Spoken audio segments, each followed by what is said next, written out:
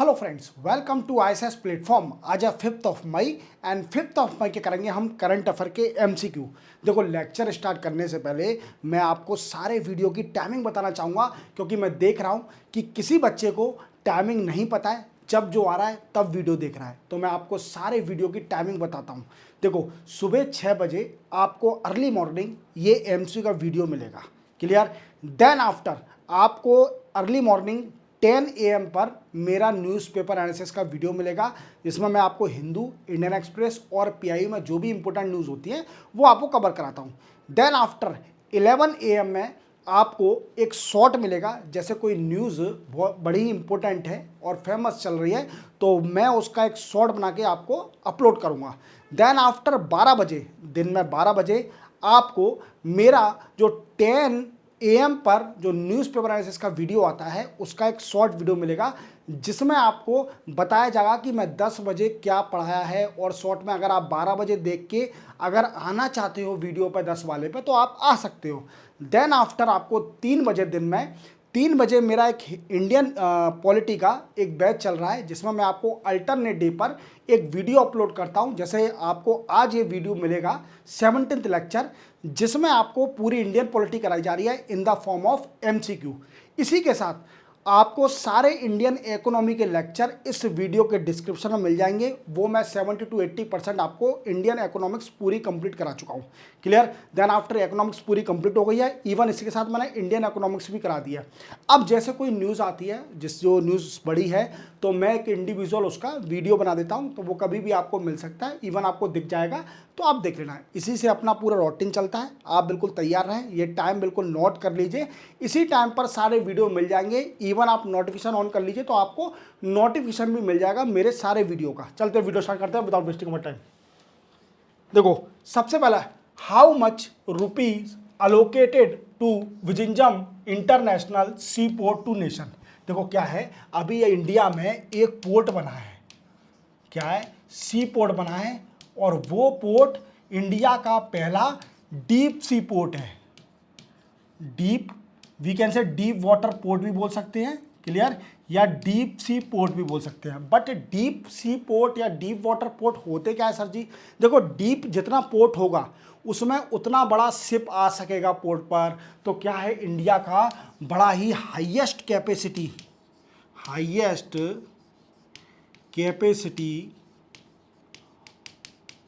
Holder, means इसमें इतनी capacity है, इंडिया का नंबर 1 कैपेसिटी होल्डर है ये पोर्ट। इवन इसको भी इनॉग्रेट किया था हमारे मोदी साहब ने। आपको याद हो कि केरला में मोदी साहब गए थे, और ये विजिगम कहाँ पर है, केरला में, क्लियर। और वहाँ पर इन्होंने स्पीच भी दिया, इवन अलोकेट भी कर दिया, कितने, 8,800 करोड़ रुपीस इतने अलोकेट कर दिया और डेवलपमेंट के लिए, क्लियर। और हमको बड़ी खुशी है कि हमारे इंडिया में इतना बड़ा पोर्ट बना है, और हमारा इंडिया वैसे ही 4th लार्जेस्ट इकोनॉमी बन गया है। अगर किसी को नहीं पता तो मैं बता देता हूँ कि हमारा इंडिया अब 4th लार्जेस्ट इकोनॉमी है, नहीं 5th नहीं है। जापान को हमने पीछे कर दिया है, अब हम 4th लार्जेस्ट इकोनॉमी बन गए हैं, याद रखना। चलते अपन आगे। Recently, which country has signed memorandum of understanding for clean energy development with India. देखो, आप देख पा रहे होंगे, ये है मनोहर लाल खट्टर। कौन है? मनोहर लाल खट्टर।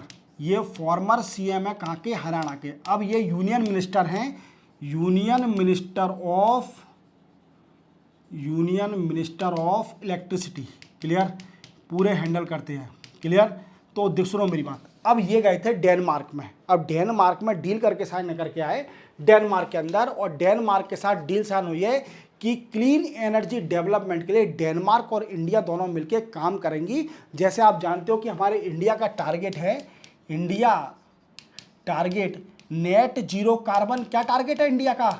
कितने साल तक, वी कैन से कौन सी ईयर में हम इमिशन जीरो कर देंगे कार्बन का? आपको याद रखना है, ये पूछा सकता है। 2070 तक इंडिया कार्बन का एमिशन बिल्कुल जीरो कर देगा। याद रखना ये बिग अचीवमेंट है। और 2047 तक हमारी कंट्री क्या हो जाएगी, डेवलप कंट्री हो जाएगी। और 2070 तक हमारे India net zero carbon emission बन जाएगा, बिल्कुल कार्बन इमिशन नहीं होगा और हमारी हेल्थ बिल्कुल स्ट्रांग हो जाएगी। बट 2070 तक हम रहते हैं कि नहीं रहते वो पता नहीं। क्लियर, देखते हैं। क्लियर, तो डेनमार्क के साथ डील हुई है क्लीन एनर्जी डेवलपमेंट के लिए, क्लीन एनर्जी डेवलपमेंट के लिए।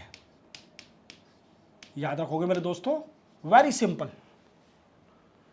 Who has been inducted into world bank private sector investment lab. देखो अभी आप देख पा रहे होंगे कि एक वर्ल्ड बैंक का इनिशिएटिव है जिसको बोलते हैं world bank private sector investment lab.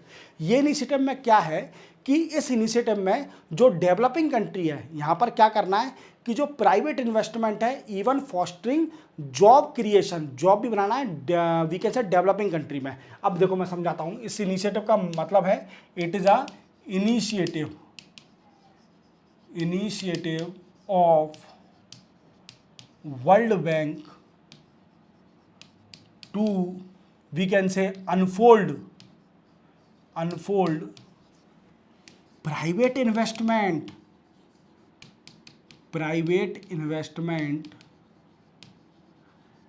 And fostering job creation in developing countries, देखो क्लियर। तो देखो ये इनिशिएटिव, अब इसमें एक मेंबर, हमारे इंडिया के एक मेंबर बन गए इनके। अब वो कौन है, वो है सुनील भारती मित्तल। कौन है, सुनील भारती मित्तल। और ये कौन है, chairman of Bharti enterprise.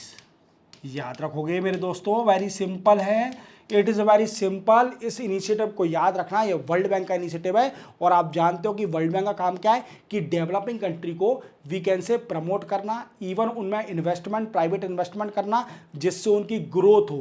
Clear. तो वर्ल्ड बैंक ने एक लैब क्रिएट करी है जो कि इनिशिएटिव है, उसके अंदर एक मेंबर बना दिए हैं जो कि सुनील मित्तल जी ये मेंबर बनेंगे। पर काम क्या करती है ये एक इनिशिएटिव वर्ल्ड बैंक का, क्या करती है कि प्राइवेट इन्वेस्टमेंट को एनहांस करती है इन डेवलपिंग कंट्री, इसी के साथ जॉब क्रिएशन करती है डेवलपिंग कंट्री में। चलते अपन आगे। Who has been appointed as a new vice chief of air staff, very very important, vice chief बन गए हैं एयर स्टाफ के नए, और उनका नाम याद रखना, ये क्वेश्चन आ सकता है, एडमायरल नर्मदेश्वर तिवारी जी। कौन, एन तिवारी नाम से याद कर लेना, नर्मदा नदी, नर्मदेश्वरी तिवारी ऐसा नाम है। क्लियर, नर्मदेश्वर तिवारी जी। तो एन तिवारी भी कर सकते हो या नर्मदा से याद कर सकते हो आप, नर्मदेश्वर तिवारी जी। ठीक है, याद रखना, इंपोर्टेंट है पर ये। Which international organisation has introduce the AIM for nature initiative. देखो एम फॉर नेचर इनिशिएटिव क्या है, देखो ये इनिशिएटिव है किसका, we can say united nation food and agriculture organisation का, फूड एंड एग्रीकल्चर ऑर्गेनाइजेशन का क्या ये इनिशिएटिव है, याद रखना।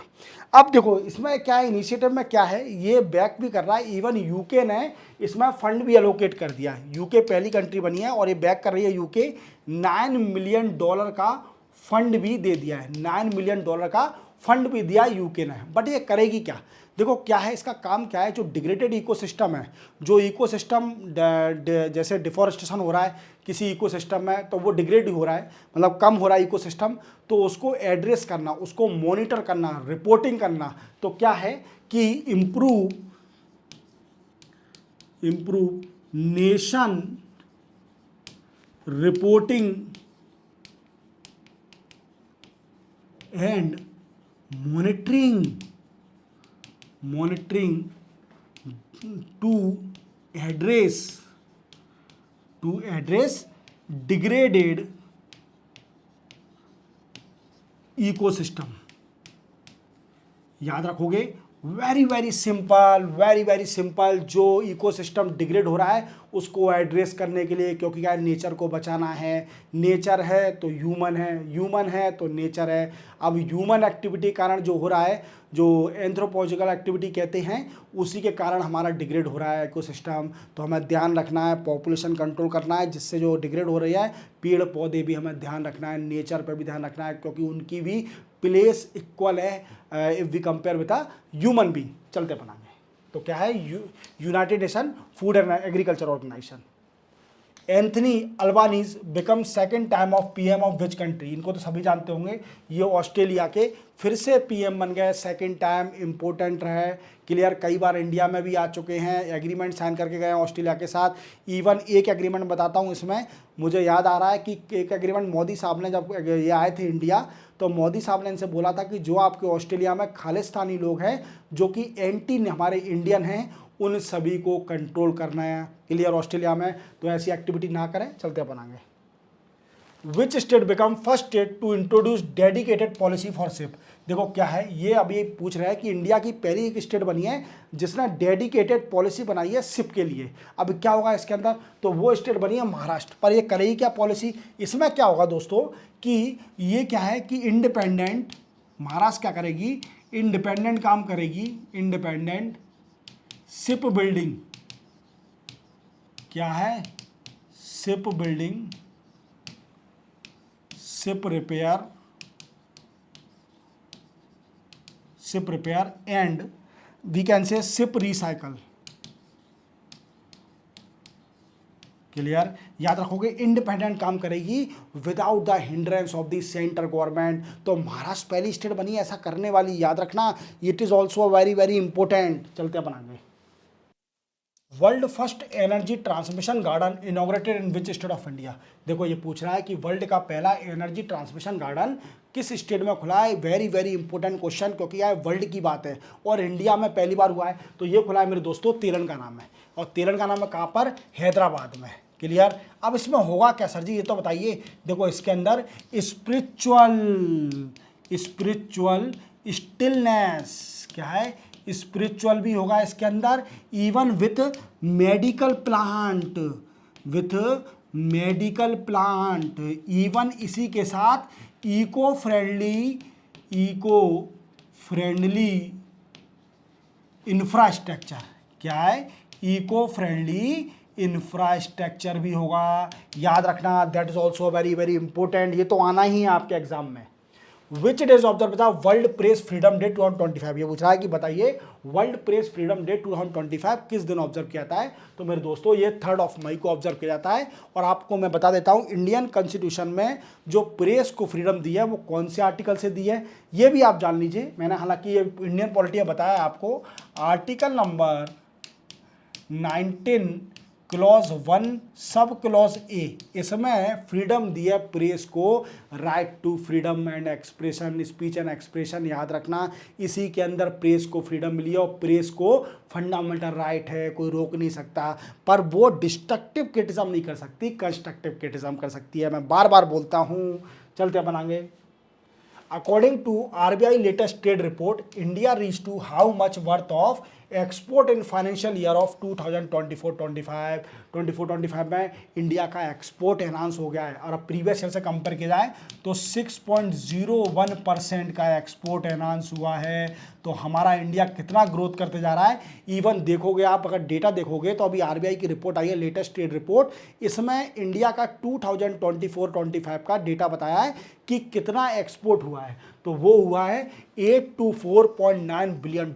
कितना, $824.9 बिलियन का इंडिया ने एक्सपोर्ट किया इन 2024 एंड 25। क्लियर, याद रखोगे तो एक साल में देख रहे हो इंडिया कितना एक्सपोर्ट कर रही है। India become a 4th largest economy, और कितनी इकोनॉमी हो गई है, $4.39 ट्रिलियन। याद रखना, हमने जापान को सरपास कर दिया, अब जापान 5th हो गई है। अब जर्मनी की बारी है, जर्मनी को छोड़ के हम 3rd पे आ जाएंगे। फिर उसके बाद हमें थोड़ा टाइम लगेगा क्योंकि चाइना बहुत आगे है। चाइना की इकोनॉमी 19 ट्रिलियन, कितनी है, 19 ट्रिलियन, नियरली 19 ट्रिलियन है, और हम अभी 4.5 पे आए हैं। क्लियर, थोड़ा टाइम लगेगा। देन आफ्टर फर्स्ट में तो बहुत टाइम लगेगा। क्लियर, हाँ, सेकंड अगर क्रॉस कर गए तो फर्स्ट में टाइम लगेगा, क्योंकि चाइना भी बहुत जल्दी ग्रोथ करते जा रही है। क्लियर, चलते बना गए। तो इसी के साथ 5 मई के लेक्चर कंप्लीट होते हैं। मैंने टाइमिंग में आपको फिर से बता देता हूं, मेरे टाइमिंग लेक्चर के सुबह 6 बजे आपको एमसी का वीडियो मिल जाएगा। देन आफ्टर सुबह 10 बजे आपको मेरा न्यूज़पेपर एनालिसिस का वीडियो, जिसमें आपको हिंदू, इंडियन एक्सप्रेस और पीआई पढ़ाई जाती है। देन आफ्टर 11 बजे आपको एक शॉर्ट मिलेगा, कोई इंपॉर्टेंट न्यूज़ चल रही है तो आपको शॉर्ट बता दूंगा। देन आफ्टर 12 बजे आपको जो 10 बजे पढ़ाता हूं उसका एक शॉर्ट वीडियो, जिससे आपको पता चल सके कि सर ने क्या क्या पढ़ाने वाले हैं, तो आप 10 का वीडियो आराम से देख लो, अगर कोई बच्चा लेट भी हो जाता है। 3 बजे आपको अल्टरनेट डे पर एक इंडियन पॉलिटी का बैच चल रहा है, जिसमें आपको अल्टरनेट डे पर 20 एमसीक्यू कराए जाते हैं, जिसमें आपको हर एस्पेक्ट से पढ़ाया जा रहा है, इंडियन पॉलिटी आपकी कंप्लीट कराई जा रही है। इसके बाद जो भी इंपॉर्टेंट न्यूज़ होती है उसके आर्टिकल में कोई भी वीडियो कभी भी डाल सकता हूं, क्लियर, तो वो आपको दिख जाएंगे तो देख लेना। इसके साथ इंडियन इकोनॉमिक्स मैंने 70% कंप्लीट कर दिया, इसके वीडियो आपको इस वीडियो के डिस्क्रिप्शन में मिल जाएंगे। और अगर ये टाइमिंग से कभी मिस हो जाता है वीडियो तो बेफिक्र रहिए, आपकी तैयारी में कोई कमी नहीं आएगी, आप एंजॉय करिए उस दिन, आपको अगले दिन दोनों दिन के वीडियो मिलेंगे। क्लियर, मिलते हैं हम नेक्स्ट डे में, तब तक के लिए जय हिंद।